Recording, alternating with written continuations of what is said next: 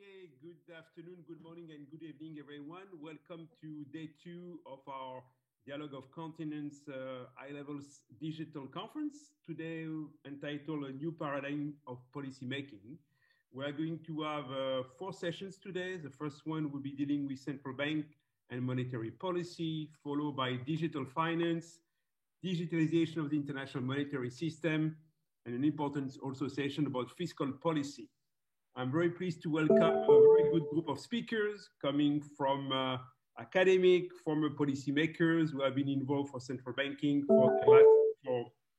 for their professional career. So thanks for all of you to join these high-level sessions.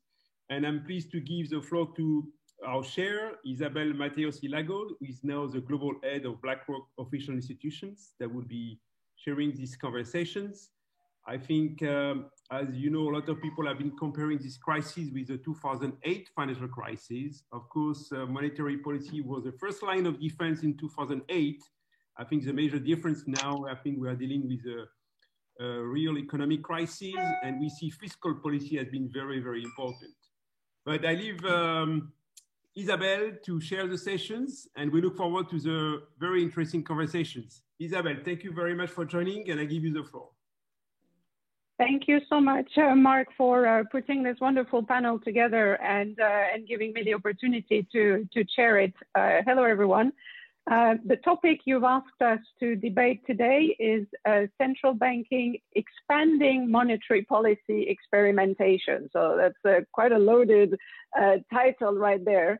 And to discuss this, I'm delighted to be joined by a tremendous panel of, you would think they're almost all academics if you look at their names on the agenda, but of course, all of them are extremely senior and experienced central banker in a previous life. So I'm going to introduce them in the order where they are listed on the agenda. I couldn't detect the logic, but I'm sure there is one.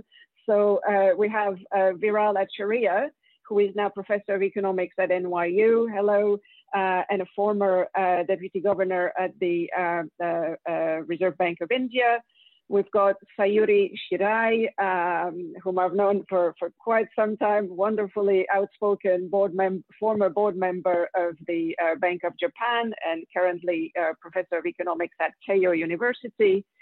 We've got Ilan Goldfein, former central bank governor of Brazil, and now the exception on this panel. He's become a banker, not an academic, but central banking leads to different careers.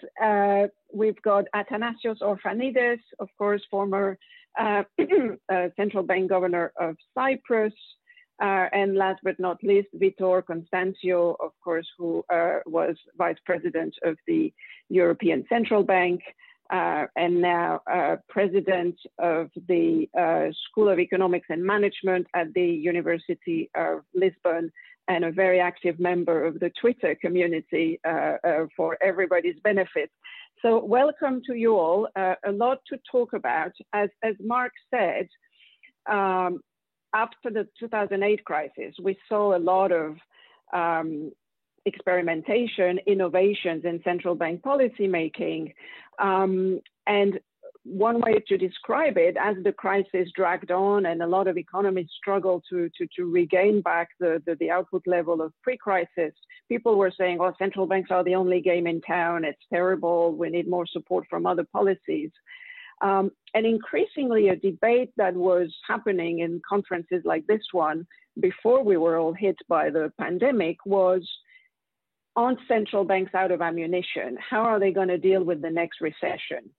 And what we've seen, frankly, since the spring is that far from being out of ammunition, pretty much all the central banks on the face of the planet have managed to unleash a phenomenal new wave of experimentation. So what I'd like to do now with this panel is, one, take stock of what we've learned over the last 6-7 months, what has worked well, what hasn't worked so well.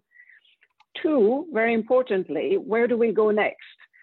Because we're now in this space of fiscal and monetary policy, let's call it concurrence, in some cases active coordination, in other cases implicit coordination. is there not a bit of a problem there? How do we, how do we get out of this? And if more stimulus is needed, what else can central banks do? So that's a lot of topics there. Let's start with maybe the stock taking part.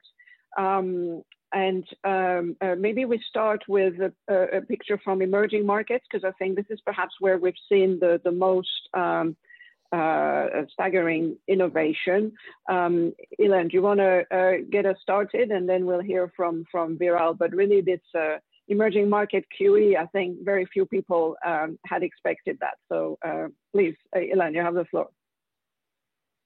Thank you very much, Isabel.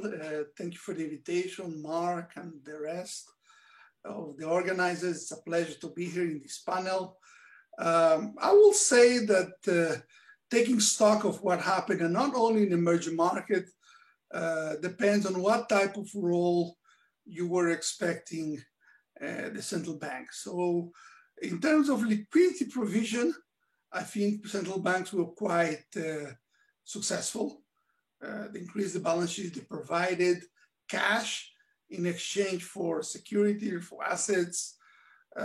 So that was quite fast, quite rapid, not only in advanced economies, but in emerging market.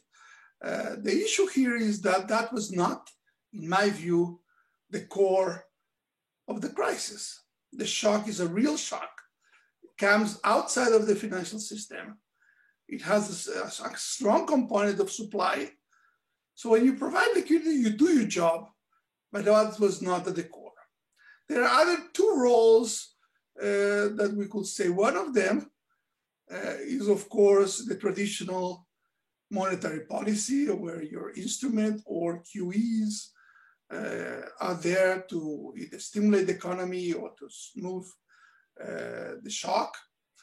And there, I think there is a more mixed bag. My take is that you have less of an impact in the immediate shock when there was no impact, I would say, directly on stimulating the economy that was hit by a supply shock, although it has been quite important now in the recovery momentum. In emerging markets, I will say there was another aspect that was quite important. Since you had quite positive interest rates, when you reduce them immediately after the shock, you manage to help rolling over a lot of the debts that the private sector had, because when interest rates are much lower, it is easier for banks to just postpone the payments. And finally, the role that I think it was less clear and more difficult is to help credit reach the small and medium enterprises through the banking system. And there is where you had to provide some guarantee, sometimes frequently with the treasuries. And in that regard, the success was more subdued. I will say that in the case of a lot of emerging markets, it actually didn't work. In the case of the country that I came from, Brazil, at the beginning, it was just not there. The impact was not felt by any small and medium enterprises. After 6 months, it started to work a little bit when there was more clear about the guarantees, about the collateral, when the actual public money from fiscal resources came into play. And to just close, because you asked, Isabel, more specifically about emerging markets, I would say that emerging markets were successful in terms of central banking running counter-cyclical policies. So sometimes in the past, I don't know if you all remember, actually during shocks, monetary policy was not free to actually act because risk premium was up, equilibrium interest rate something's up because the market demanded a higher premium. But this time around, because inflation is relatively subdued, because we are in a world where we are with low interest rates, that emerging markets were able to run countercyclical policies. Now, having said that, and this will be my last point, that does not mean that when you run QEs or when you run not traditional monetary policy, it actually worked in emerging markets in the same way that advanced economies. And the basic reasons that most emerging markets are running at positive interest rates. So just expanding your balance sheet at positive rates is expensive. The risk is there. You have to guarantee that the market actually accept your liabilities when you issue them. And that is not guaranteed in an emerging market with risk, with open borders, and with no financial repression. So I will say that countercyclical policies did work, but not when you went to QEs. Thank you very much. Thank you so much for these comments. All really interesting points here. I have to say this counter-cyclical policy element for me was the most striking difference between this crisis and previous one. Perhaps, Viral, if I can, obviously I'm asking you the same question, taking stock, but with two extra pointers. One is, you know, central banks in advanced countries tended to resort to QE when they were close to the effective lower bound, or at least they felt they were. In emerging markets, that wasn't the case. You know, even after cutting rates in Brazil or in most cases, interest rates are still well into positive territory. So why go into QE? That would be my first question. And do you share the somewhat mixed assessment of Ilan? And secondly, is there a point here about international architecture? There was a lot of regrets in the spring that, once again, you know, we don't have, you know, the Fed is not giving liquidity lines to everybody in the world, and the repo lines don't really solve the problem, and the IMF doesn't have enough money and whatnot. And in the end, this, you know, emerging market currencies, you know, adjusted, but then came back. There doesn't seem to have been a major global liquidity crisis. So are there lessons from this standpoint as well? Yes, thank you, Isabel. Good morning, good afternoon, good evening to all of you, wherever you are. Let me start out by first saying that, you know, emerging market central banks have always done quantitative easing. So I think the word quantitative easing came about in developed economies because this was not the norm, that you funded your government's fiscal deficits, you bought the government paper in the markets. Emerging market central banks do this all the time, in my view. They are always working in some way or the other, given Ilan's issue that, you know, the debts are not easy to place. Sometimes the technical impact of debt auctions on the yields are very high, and the central banks are stepping in all the time. What I'm trying to say is that it's fairly standard in emerging markets for central banks to sidestep their inflation goals and get fiscally dominated. And if I could put it in a somewhat casual way, when they get an excuse like a global financial crisis or a COVID shock, they do it just a lot more. You know, they do it all the time. But when they get a shock like this, they do it all the more because the inflation targeting frameworks are not actually that well established. The credibility of the central bank around inflation targets is not that strong. And I think this is a key point that is somewhat getting missed, I think, in the discussion about QE in emerging markets, which is that, and I think, Isabel, you touched upon this, which is that the central banks in developed economies are doing this pretty much at the zero lower bound. They are doing it when inflation is actually below target. In many emerging markets, inflation is actually above their target levels of inflation. Interest rates are actually high, and they are embarking on QE. Now, there are two explanations that get provided. One explanation is that, we are doing this because we have to actually try and have transmission of the monetary policy to the economy. It's not good enough that we are engaging in these policies. It actually has to lead some private sector credit growth, a compression of the spreads. And some of this is achieved better through unconventional monetary policy that is targeted directly at specific parts of the economy. But whether they accept it or they don't accept it, at least from my vantage point, I have seen that this is just out and out fiscal dominance.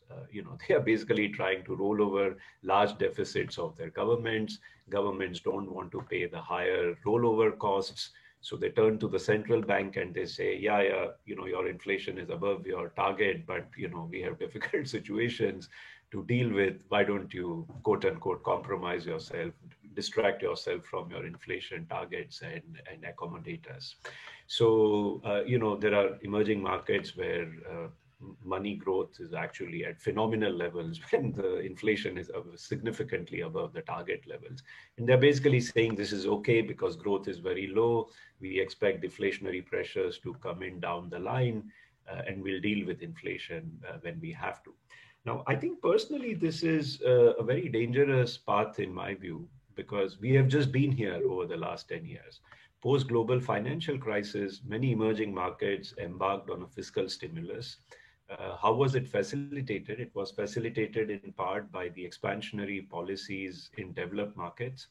The Fed and the other central banks were pumping in a lot of money into the global economy. A lot of it flows in normal times into the emerging markets precisely because they are risky. So their bonds offer a carry to the international investors, and they start chasing this carry. And what happens? You get a shock like taper tantrum, where even an indication of normalization comes from the developed economy central banks, and all hell goes loose for these emerging markets because one, they have distracted away from their inflation target, so they've allowed inflation to run away to higher levels. Two, because the central banks have been monetizing the deficits of the government deficit are not in check. So you have a fiscal deficit that's also not looking that right at time of these problems. And third, and this is a key point I want to stress, which is that most stimulus in emerging markets happens by essentially relaxing bank capital standards. Okay, you like it, they will not call it explicitly that we are diluting our Basel capital standards, but emerging markets routinely relax the loan loss recognition norms.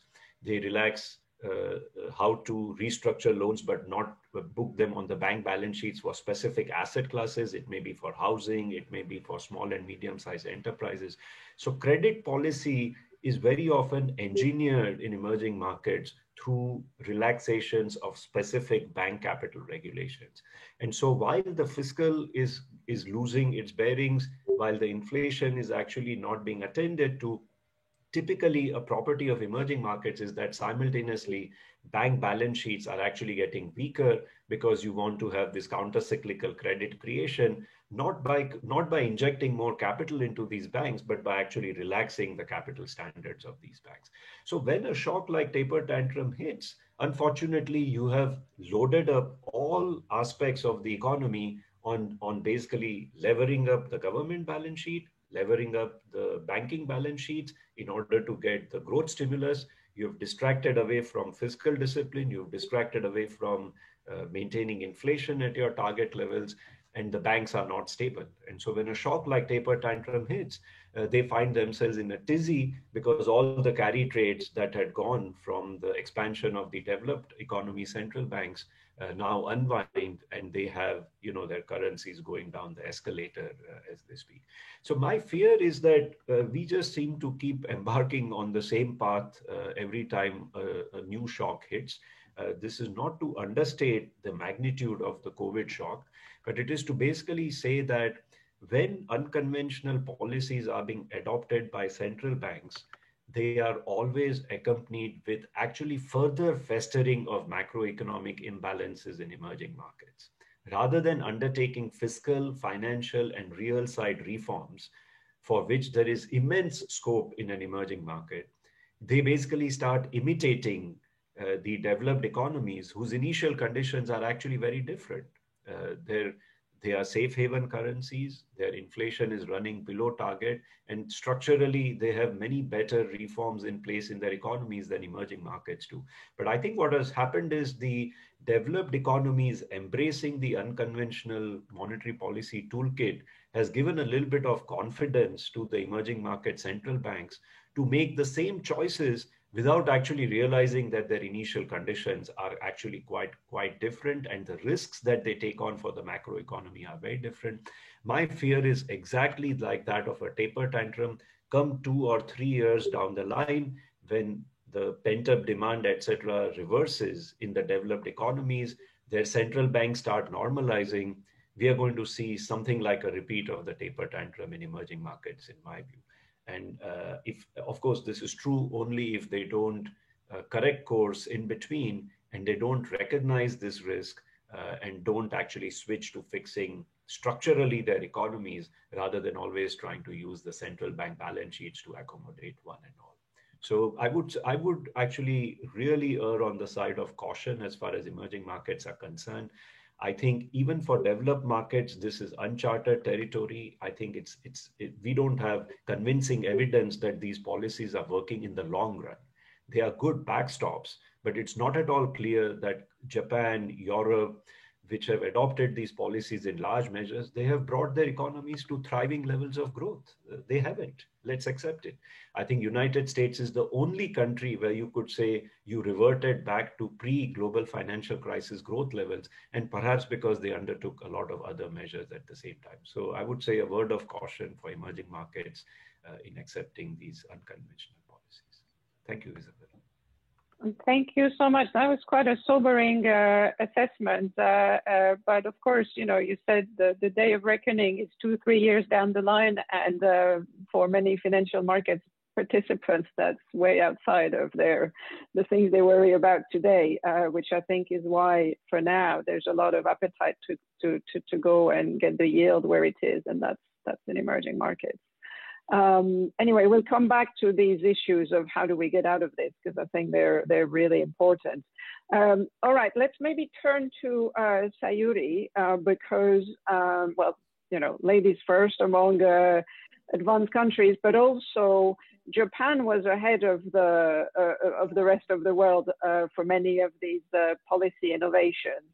And you were quite critical, if I recall, when QQE was introduced and a lot of these policy innovations. So, with the extra years of experience and now the rest of the world following down the path of a lot of these Bank of Japan innovations, how would you assess in the end, and of course, we're not at the end of anything, but as of today, how would you assess the relative success of these different policies, including, I would say, the yield curve control, which to me is probably the next thing that is coming to the rest of the world. But please. Okay. Yes. So since current Governor Kuroda started to do this massive monetary easing, that was 2013. So Bank of Japan is doing this monetary easing for about 8 years. So Bank of Japan started with massive QE, and then after that, they added the negative interest rate. And then after that, they added YCC, yield curve control. Okay. Now, there I think misunderstanding about why the Bank of Japan introduced YCC. Now, when the negative interest rate was introduced in Japan, that led to the sharp, the extreme flatten. The yield curve became extremely flat as a result of negative interest rate. And then Bank of Japan was worried about excessively low long-term yield, because the insurance company cannot get profit from, they cannot get a lot of returns. So a 10-year yield became minus 0.3. And that was extremely low. So then Bank of Japan wanted to raise the 10-year yield from negative territory to the 0%. That was the reason why they introduced YCC.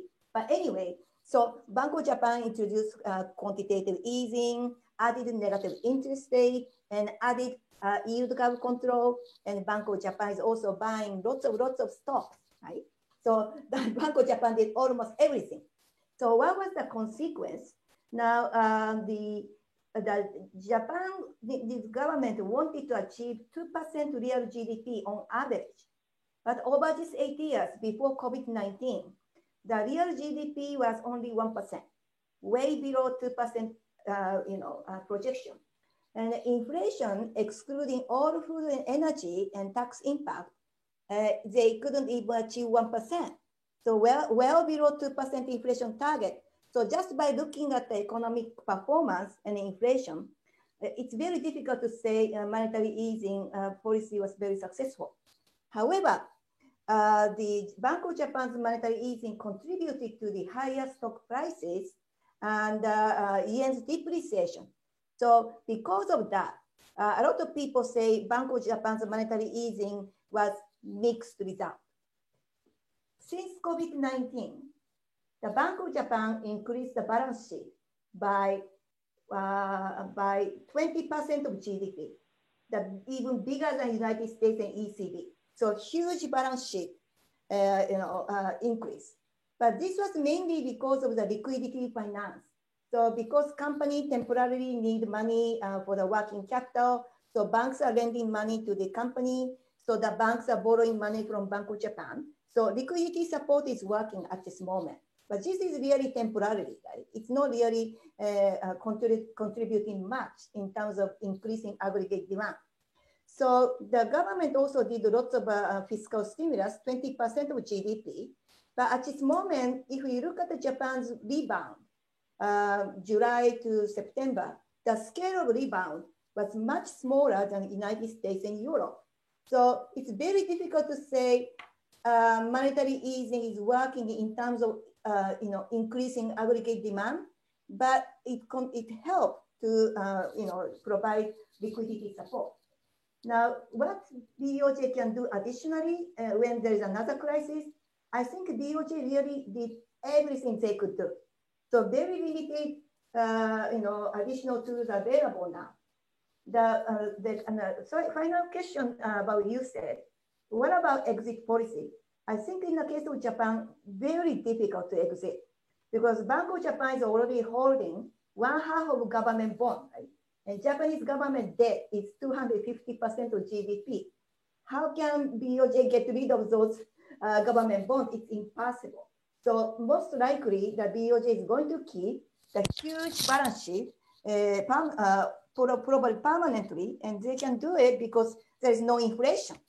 So the Japan is an aging society and the demand is very weak. The credit demand is very weak. So government may have to spend some money to support the weak private sector, and then probably as long as we don't have any inflation, the Bank of Japan can continue with current policy. So I think exit policy is unthinkable in the case of Japan. That's all. Okay, well, this is all a very sobering set of interventions. But thank you for this, Sayuri, and it's a good segue into talking about where central banks can go next if, certainly in the case of advanced economies, they keep failing to reach their inflation target. Maybe it's a good time to turn to Victor. Victor, obviously the ECB is in the middle of a strategic review. President Lagarde at her last press conference elicited a lot of excitement and curiosity from ECB watchers by talking about potential new instruments, which I think it's fair to say most observers would have said prior to that press conference were not really in the cards.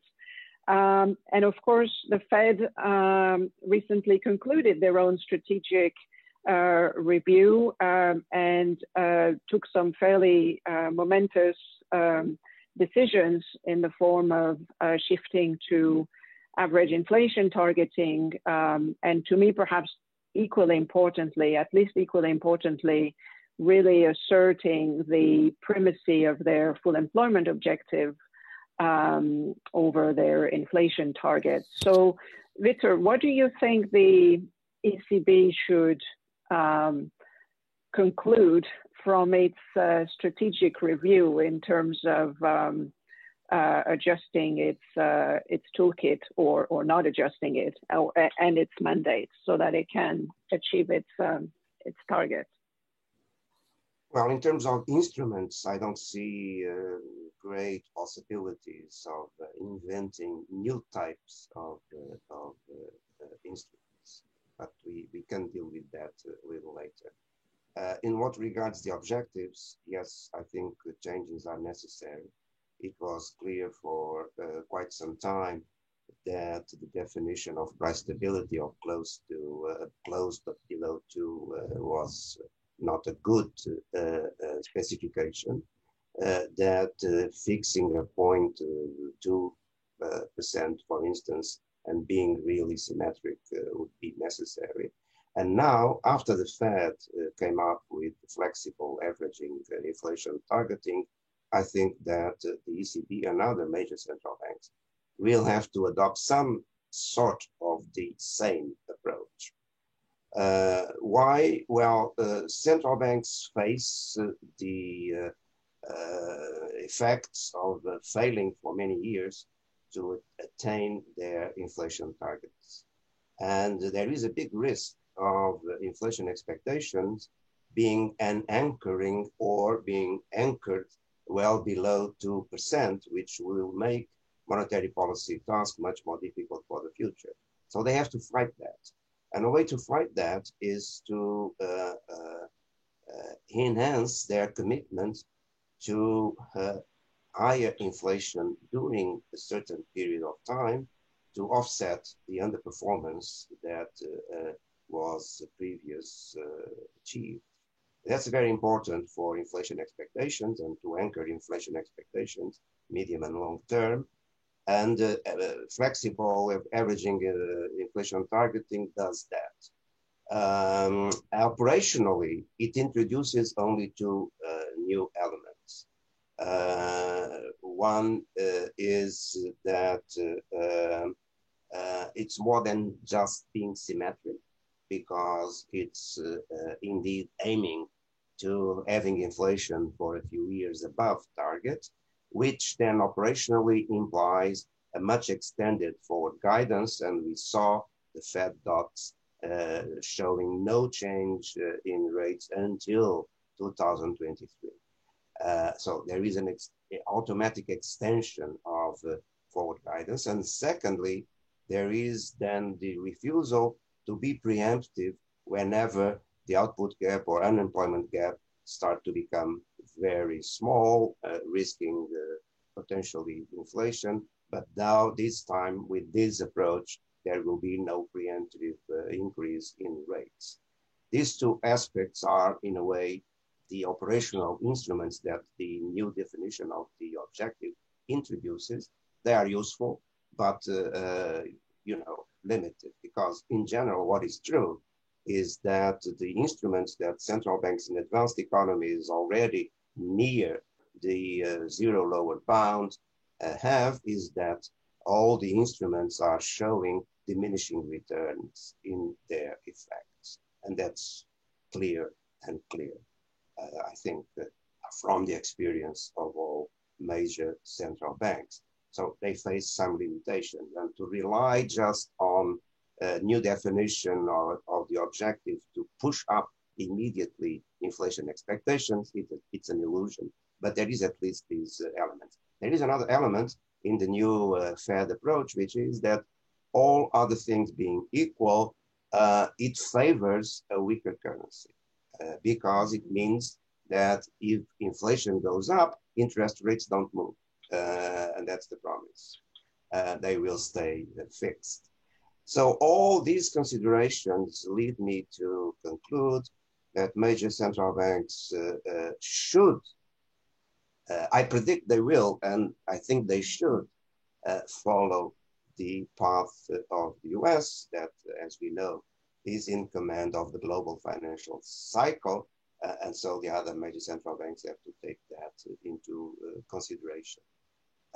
In the case of the ECB, and that's my final point at this moment regarding the objective, is that I think it would be very important if in the review, out of the review, would come the explicit and formal recognition that one of the objectives of the ECB is to conduct policy that will be as homogeneous as possible to all member states. That avoiding fragmentation is in the objective function of the ECB. One way to signal that would be to revise the decision of 2005 to define a minimum external rating to accept sovereign paper of member countries.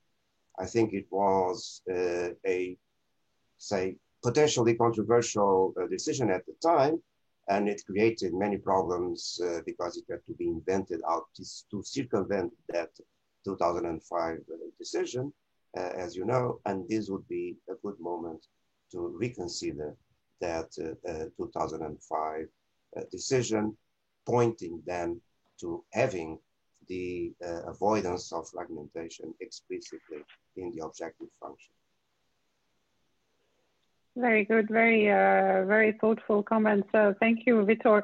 I would turn now to Athanasios with the same question, frankly, in terms of ECB strategic review, and maybe adding one on top. And Vitor, feel free to come back on it if you have thoughts. But you know, the Fed surprised the markets and everybody by effectively announcing the conclusion of its strategic review at Jackson Hole, rather than waiting for a subsequent policy meeting.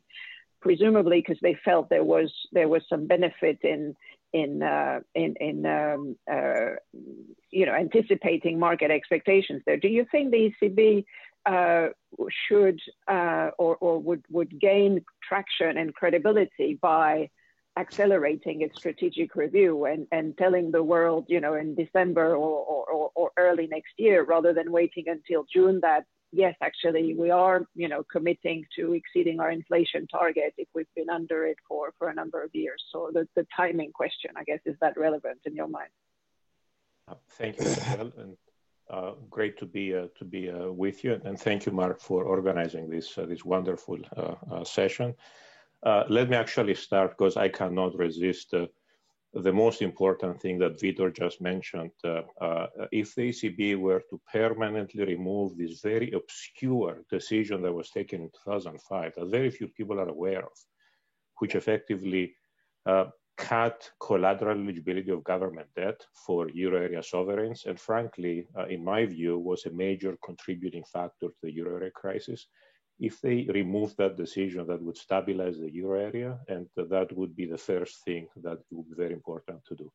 And at the same time, I would need to give credit to the ECB for recognizing the importance of this obscure element in its monetary policy operations, and the fact that on April 22nd of this year, they actually went 90% there to that. So it's fantastic to see that the ECB is recognizing this issue and taking some steps to deal with it. Now, again, this is a very obscure thing, very important that they're dealing with it. Let me return to the basics of QE. Many things I would like to comment on, and I will get to your question as well, Isabel. First, a couple of minutes on Ilan and Viral. I fully agree that the situation is very different in EMEs than advanced countries. In my view, and this is going to differentiate me a little bit from Viral, QE has proven to be incredibly effective when done promptly and decisively, which is what the Fed did. So I think using the BOJ example is not a good example, because the BOJ didn't do QE all of the 2000s when they should have been doing QE. And actually, it's an example that if you're 10 years behind the curve, then it's much harder to get on top. So for the Fed, let me remind you what the Fed did this year, which in my view is incredible and is very good. Between March and June, they increased their balance sheet by $3 trillion. You know that it took the Fed 100 years from its founding in 1913 to 2013 to do the first $3 trillion on its balance sheet. And in 3 months, they've done this. And it's great that they've done this. This is very good for the US economy, very good for the global economy. Now, does it work? Of course it does. By doing this massive quantitative easing operations, the Fed has compressed the term premium. It's not, you know, it's whatever the expectations of the short rate are, you have a lot of power by compressing the term premium. the 10-year term premium in the United States right now is estimated to be about -1%. And frankly, I would attribute about one full percentage point of that to the quantitative easing action. This is massive monetary policy easing that you wouldn't otherwise have. I think this is something that other advanced economies should keep doing.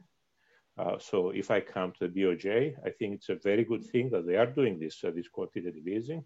Things would have been far worse in Japan if they had not adopted this policy from 2013 and 2016. And let me comment a little bit on YCC and then come to your questions on what the ECB could do next. In terms of implementing quantitative easing, I think one of the very interesting lessons that I pick up from the BOJ experience is that doing quantitative easing with YCC appears to be more efficient than doing quantitative easing without YCC. Again, I look at QE, I look at the objective of QE as compressing the term premium and compressing longer term yields.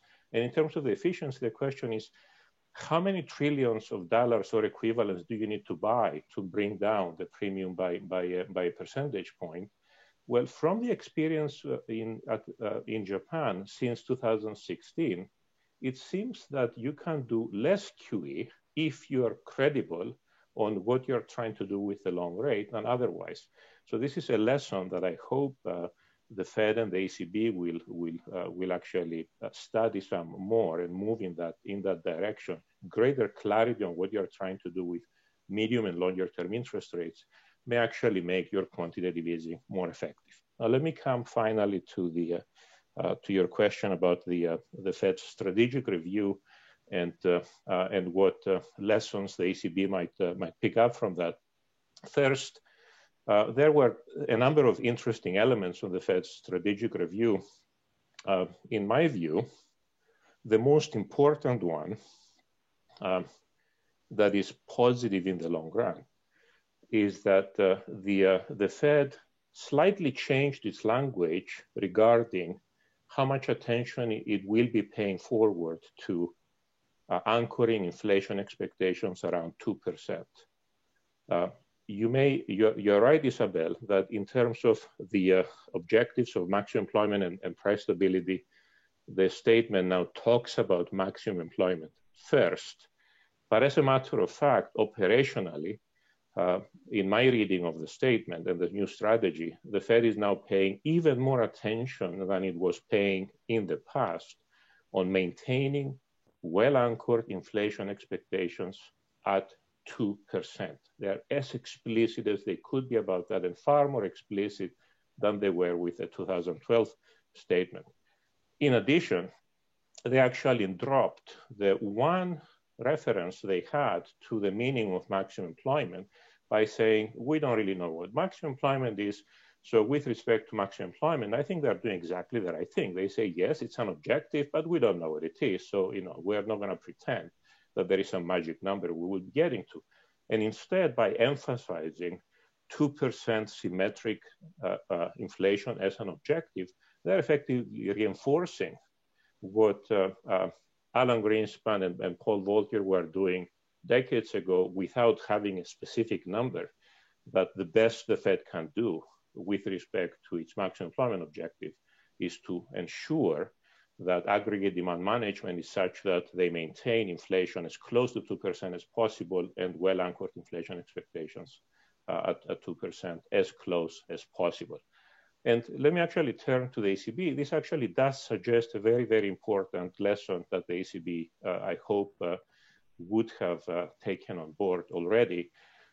My advice to the ECB is that already at the December meeting, while acknowledging that there are many other aspects of the strategy review that need more careful deliberation and time, they do two things. One is announce that the April 22nd decision on effectively removing the credit ratings from their determination of collateral eligibility is actually becoming permanent, at least with respect to government debt, and they can refine the rest later on. And number two, adopt a 2% symmetric inflation objective as a target. Why is it important to do this in December and not wait until next year? Adopting a target, just to focus on that one, I'm not going to talk about the collateral eligibility in the interest of time. Adopting a target actually provides a lot of clarity on what future policy is going to be. Along the lines of what Vitor said, I would supplement what Vitor said. It's not just about interest rate guidance, where, you know, if we all knew that the ECB would have a 2% inflation objective as opposed to, what is it right now? I don't know. Is it slightly positive? Is it 1%? That may make a difference about whether I'm projecting that the short-term interest rate 5 years down the road is going to be 0 or +1, which is very, very crucial. It also gives me guidance on quantitative easing. And this is very important for the ECB. If they can communicate their quantitative easing policy in a systematic manner, guided by the shortfalls of inflation from their 2% objective, they actually have also a very strong legal defense and can actually answer to all of the critics who are saying, are you doing monetary financing? Which, you know, I agree with Viral. Monetary financing is a very, very great concern for some EMEs, but that's not the issue in the case of the ECB. They're just trying to do normal monetary policy, which right now they are not. So it will be very important. The sooner they do it, the better. I have to say that the ECB is effectively a decade behind in these things. Let me remind you, the Fed adopted 2% symmetric in 2012. The BOJ adopted 2% symmetric in 2013. And the ECB is still discussing that and may or may not adopt it next year. This is not the monetary policy I would hope would be closer to the state of the art that I would expect in the interest of the European citizens. Let me stop here. Thank you so much. Thank you so much, Athanasios. That was a great set of comments. So, okay, so there's going to need to be more QE probably in Europe and elsewhere. And I think, well, the Fed has rather a free hand in defining what it buys. In Europe, there are a number of self-imposed rules. I want to ask, does it matter how the central bank increases its balance sheet, or is any increase in balance sheet equal? And perhaps I can turn to you, Sayuri, because the Bank of Japan went before anybody else into buying equities. Would you recommend to the ECB to go down that path, or do you think it doesn't matter? Any thoughts on that? Yeah, I think purchasing stock is very different from purchasing, debt securities. Now, debt securities, you know, like a Fed is purchasing a junk bond, and ECB accepted junk bond as a collateral. And then, you know, the debt security has maturity. So eventually, central bank can get rid of, debt securities from a balance sheet. But the stocks is different, because if the central bank purchase stocks, someday they have to sell it, right? Now, that's very difficult, because right now in Japan, the Bank of Japan is one of the top holder of shares. And in terms of flow, amount of investment, the Bank of Japan is the biggest investor. So having this kind of position right now, it's very difficult for Bank of Japan to stop stock purchases. And, you know, not to even mention when they can sell, that's almost impossible. So when the central bank's intervention in the stock market is such a big scale, it's very difficult for Bank of Japan to stop it. So a lot of people, you know, a monetary policy maker ask me about the, implication of stock, but usually I don't have a, good view about it. And also stock market is basically for the large companies. The large companies always can get the loans from banks with favorable rates, and they can issue commercial papers and bonds. So it doesn't really help SME. So to me, I don't have a very good view about stock purchases. Very good. Maybe it's time then to, yes, please go ahead. Go ahead. Isabel, okay, both of you, excellent. Yeah, no, if I could intervene on this to say, first of all, I would support Yuri's position that stock purchases are very tricky, and frankly, it's very difficult to see them as part of monetary policy. I would actually argue that the most important thing is to expand the balance sheet. That's the most important. Actually, expanding the balance sheet in various ways works anyway. There is substitutability among assets.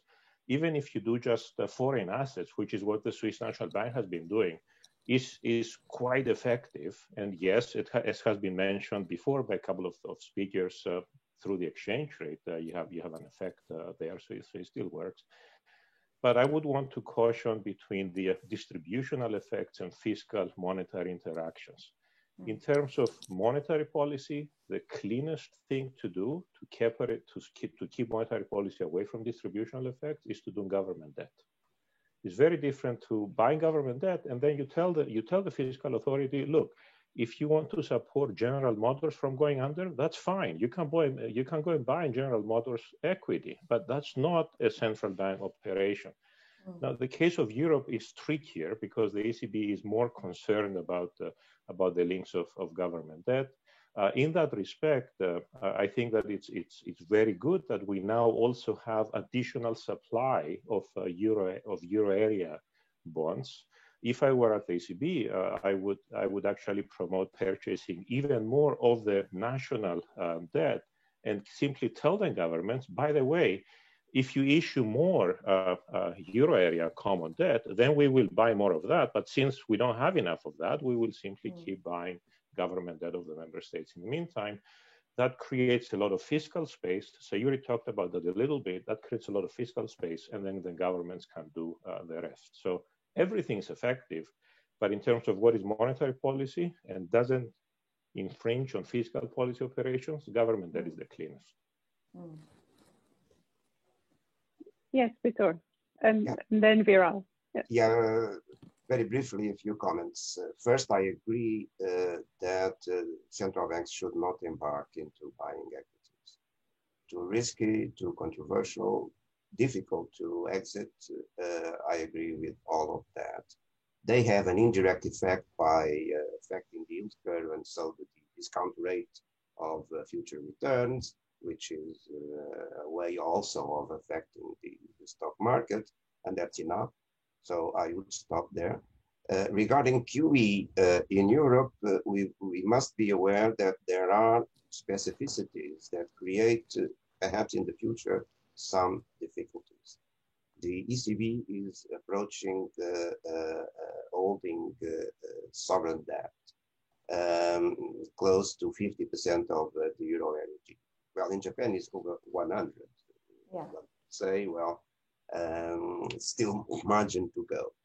But there are particular sensitivities in Europe regarding this, as you know, and the ECB has self-imposed a limit of 33% of holding the sovereign debt of any member country. While PEP, the emergency program, is out of that, but PEP, when the virus disappears, will not continue to grow. It will be reinvested and stay in the balance sheet for a long period. I'm sure for a very long period beyond 2022, which is the existing timetable for ending reinvestment of that. But the amount of stuff that can be bought has increased now with the crisis. That's a good thing to keep these limits. But there may be problems going forward. And again, a reconsideration of the self-imposed limits will have to be done sometime in the future, not immediate. So that's another point. Regarding the ECB accepting collateral of corporate, say, junk bonds, just a detail, it's only the so-called fallen angels, the ones that lost investment grade because of COVID, not in general.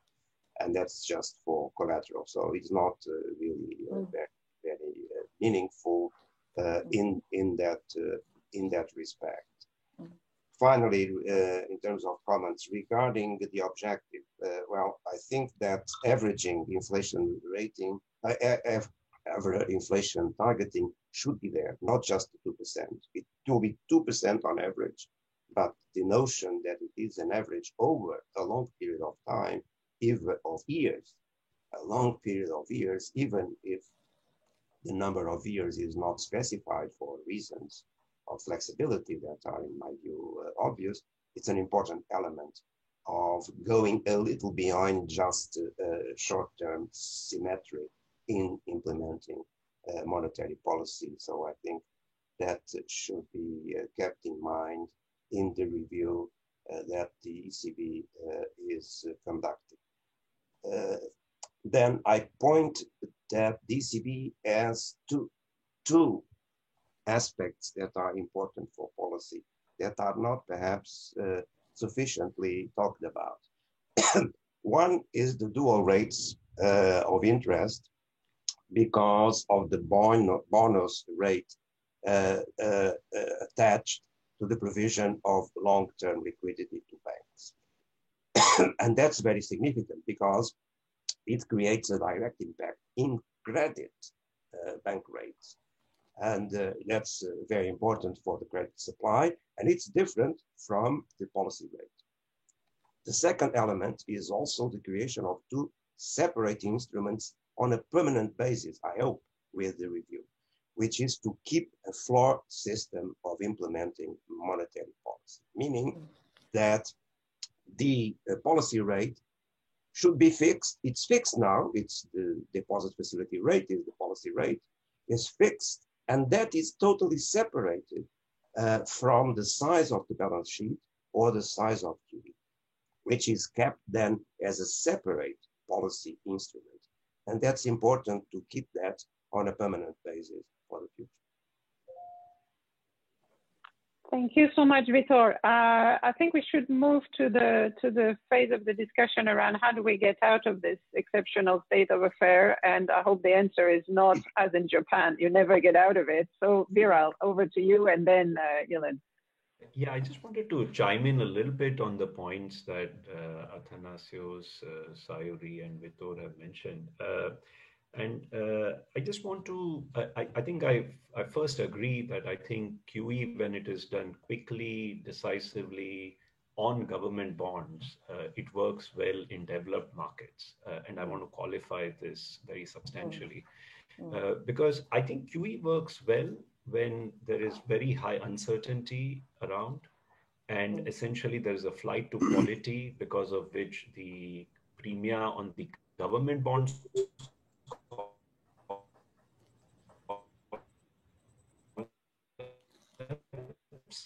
but the premia on everything, or offering the central bank balance sheet to purchase the government debt of the market does, is to compress the safety premium that's going into the government bonds and creates the substitution effect over into other securities.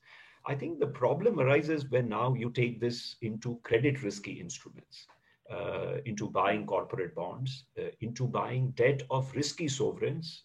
In my view, I would even attach that to risky sovereigns within the Eurozone, and I'll just qualify my point a little bit when I come to this. And therefore, I'm not in support of QE actually of government bonds in emerging markets, because the term premium of an emerging market government bond is basically not a safety premium. Okay, it is not a liquidity premium. It's an inflation premium, and it's a credit.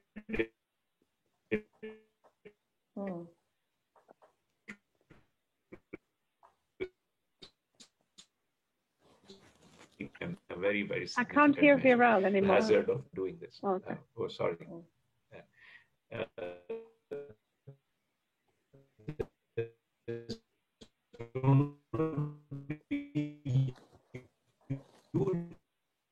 Moral hazard of doing this.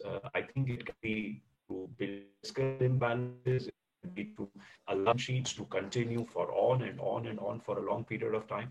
And if you buy corporate bonds, ultimately bond investors will not care about what bonds they're buying, and they will actually proper companies that don't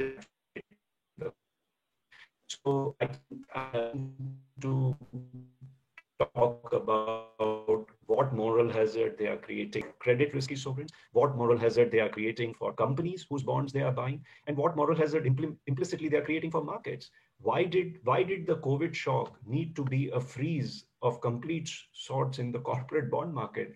Because everyone out there now has basically purchased a claim on liquidity, which is going to be dumped onto the central bank in one way or the other. Look at ETFs. Why are ETFs so popular in good times? Because there is a liquidity risk associated with them in bad times. And we are going down a very, very slippery slope where the central banks are just expanding the safety net that has been accorded to the economy. First, it used to be banks. Then we expanded it to money market funds. Now we have expanded it to corporate bonds. First, it used to be safe sovereigns bonds that we used to buy. Now there's a talk about municipal bonds. There's a talk about risky sovereigns inside the fiscal arrangements. I think everything probably as a stopgap measure would probably be fine. But this cannot be the policy of running the economy for several years and decades. And I think we seem to be embracing this as a tool that's not just a 6-month tool, it's for several years. And I have great discomfort with the credit distortions that the central banks are creating in this process. So I just wanted to put this on the table for everyone. Thank you very much, Javier. Can we hear, Sayuri, would you mind waiting a few minutes? We can hear from Ilan and then come back to you. Ilan, I'd love to hear your thoughts in particular on this issue of whether central banks, where there is a risk of fiscal dominance, which is perhaps more in emerging markets than developed countries, should the central banks set out clear guardrails or conditions under which they will continue what they're doing? And if these conditions are not met, they'll pull out. There was a bit of a hint of that in the latest press conference of your successor in Brazil. So I'd love to hear your thoughts on that. Yes, Isabel, let me get to this issue on fiscal dominance, but I would like to make a link to what we are discussing. I'm not in the camp of believing that QE is good for every country, the more the better, independent of the conditions and independent of how you're doing it. So it could be the case that the ECB needs to do more, it needs to be more decisive, but we do know that even good thing when you do too much, and this is not the case of the ECB, may get you into trouble at some point.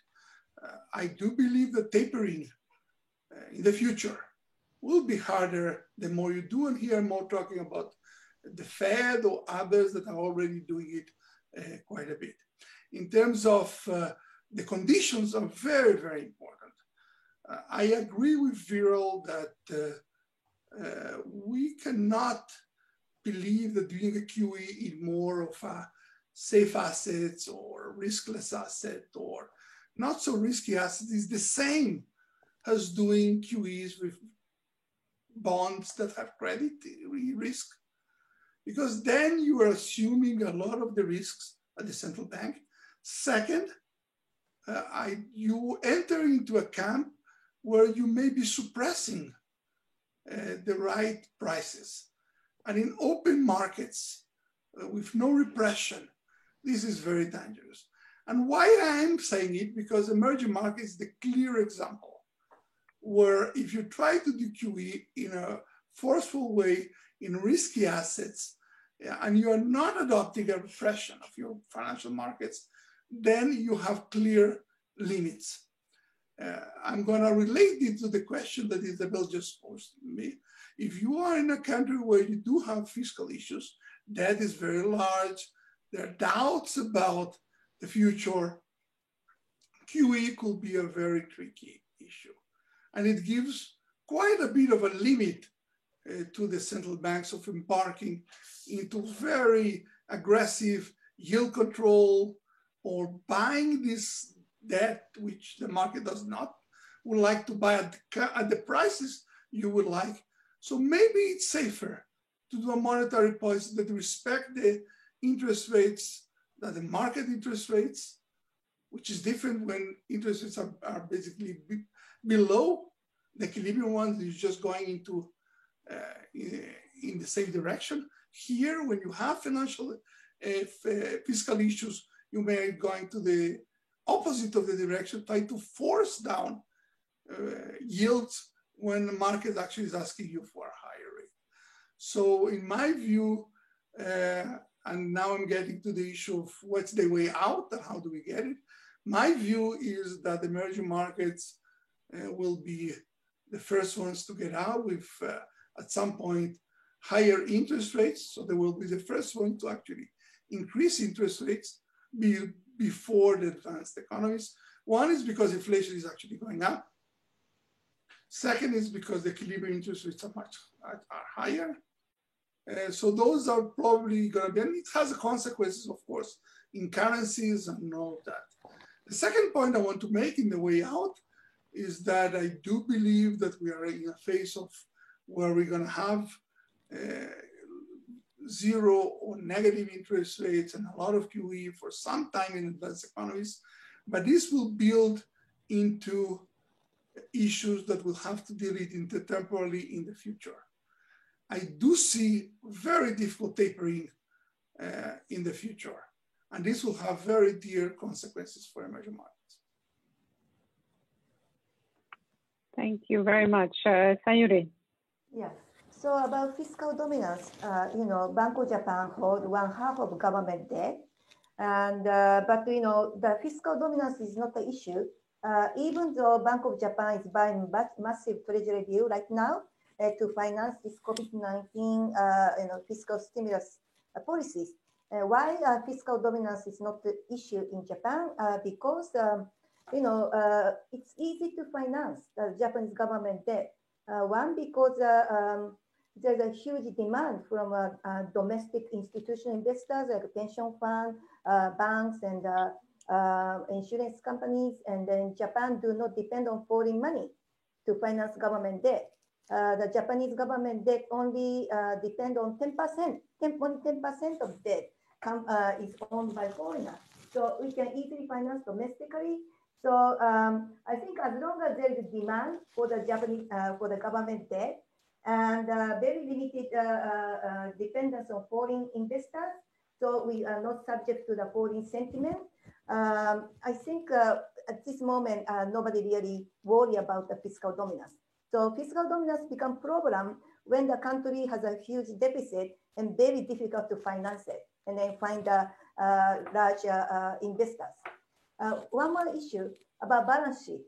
Recently, one of the Fed FOMC members mentioned that maybe Fed may keep huge balance sheet quite permanently. The rationale is that because if there is a huge demand from financial sector as to on reserve balances, then there's no reason why Fed provide such kind of needed reserve balances. So now they are creating rationale for keeping big balance sheet. So my question is about ECB. For me, like Greek bond or certain peripheral countries bond, maybe it's very difficult for ECB to sell in the future. So German bond easy to sell, everybody wanted, but certain bond is very difficult to sell. So what is the exit policy for ECB in terms of this huge, sovereign bond purchase? Thank you, Sayuri. Who wants to take that? Okay, Vitor. Yeah, Vitor, please. You're on mute, Vitor. We can't. Yeah. Well, shrinking the balance sheet will take many, many years because it's very easy to provoke cliff effects if there would be a policy of quick shrinking of the balance sheet. So basically it means that mostly that shrinking, when it is, justified, will come out of just ending reinvestment and letting the bonds reach maturity. The average maturity of the holdings is around 7 years. That gives you a sense of what could happen. The Greek bonds or weaker bonds are a very small amount in the total, so it's not meaningful for the policy of shrinking the balance sheet, of course. So if quicker ways would be adopted, then there are many bonds that could be sold easily in the market, and they are the bulk of the stock. But I think that it will really take a long time, because I am assuming that advanced economies and Europe, including, will be in this situation of, say, secular stagnation, to have a synthetic characterization of what is going in advanced economies, which means low growth, low inflation. And when there is low inflation, then there is a spontaneous convergence of objectives, with also taking care of the real economy and try to expand and reduce gaps and all of that, which also implies, as Sayuri said, that there is no issue of fiscal dominance, because it's just a spontaneous convergence of goals in a situation, in a regime of very low inflation.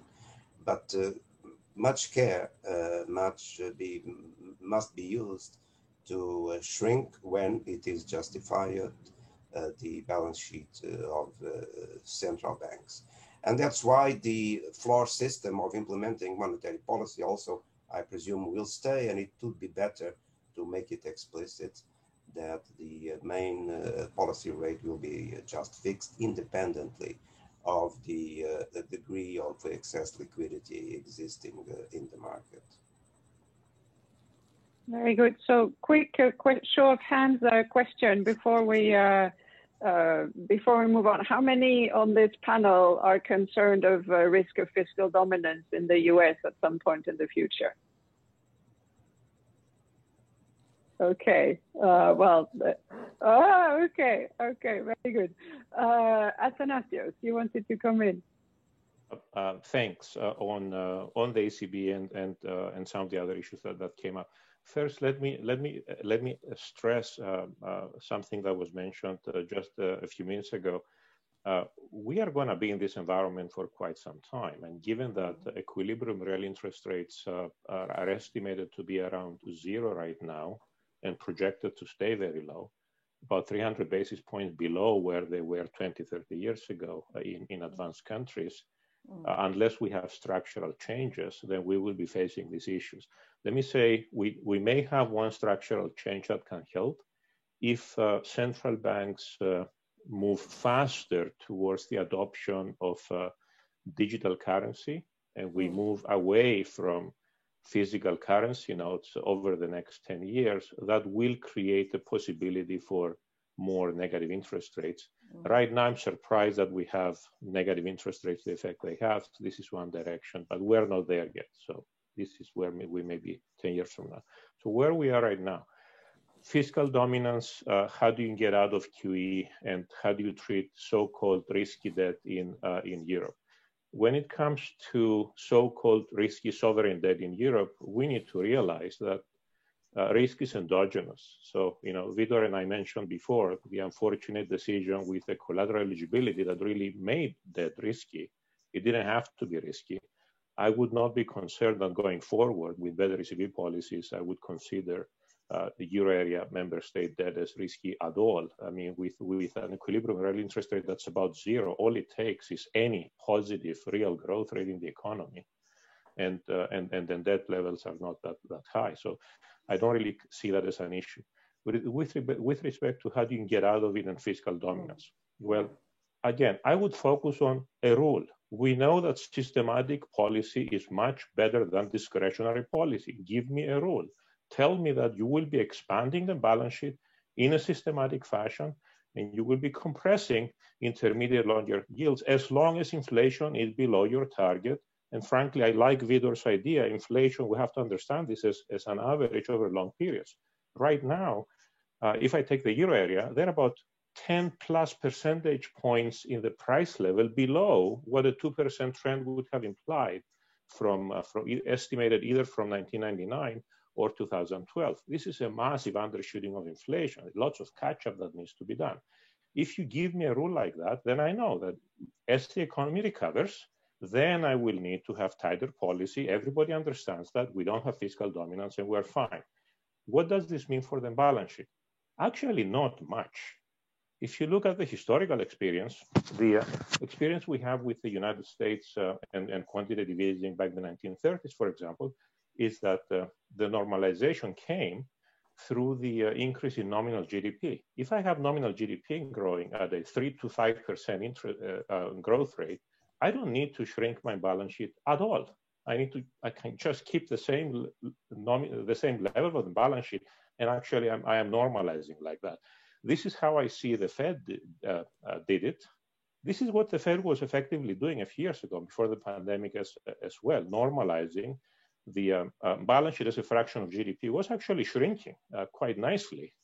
And this is how you do this. You act very fast, $3 trillion in 3 months, and actually you can normalize. Whereas if I look at the ECB, because the ECB didn't really act as fast, so it never actually got to the normalization phase. So right now the advice is do more, do it well, and then you will be able to normalize. So once your inflation goes to 2%, and the BOJ is in an even trickier situation with inflation being even lower. Let me stop here. Okay, fantastic. We're 1 minute away from the end of this panel, so I think I'm just gonna. There's so many more topics I would have loved to ask you about, but I think we're just gonna wrap up here. My takeaway is, as long as inflation is below target, this experimentation can go on for quite some time, which of course raises. I wouldn't call it experimentation. It's not experimentation. Innovation. Okay. Creative policy, let's put it that way. But clearly that means perhaps the problematic times are coming sooner for central banks in emerging markets. But of course they also have higher nominal GDP growth. So it's not all bad. Thank you so much for spending this hour and 15 with us. Sorry we couldn't get to all the questions, but thank you, Mark, for arranging this. It was a tremendous discussion.